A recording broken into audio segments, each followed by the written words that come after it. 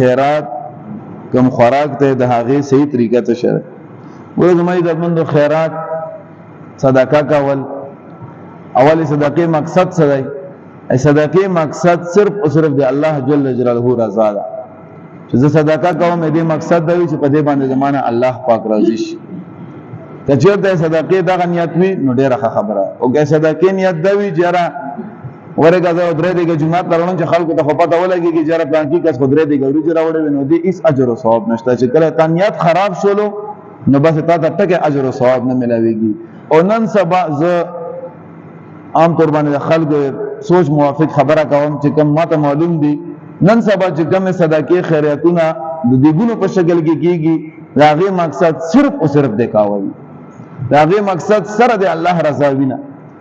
ځکه چې ما ډېر کسان د ولیدل ما زه خپل خبره وکړه چې را ته صدقه کوي نو هغه پیسې په کلی کې غریبانو خلکو باندې تقسیم کړه چې د وکړې خزر ور کاوي ځان ته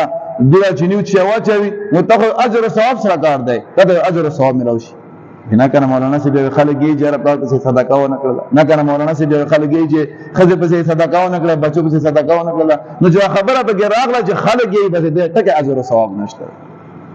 نو بهترینه طریقه صدقه دا نور زدانه یم خبره ده چې زړه کې اخلاص وي او په خلکو باندې خوراک کوي نو ډېره خبره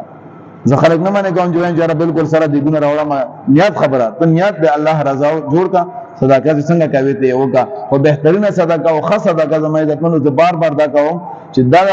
خپل کلی کې غریبان خلکو ګور او خپل کلی کې غریبانو خلکو باندې پیسې تقسیم کا هغه په ځان خپل ضرورت موافق شی واخلي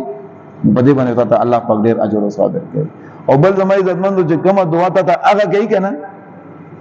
ولکه دا جمعات کې چې کومه صدقه ته وکي کنه هغه خلک دا غوښته دعا نشي کولای کومه دعا ته چې په کور کې محتاج خلک وکي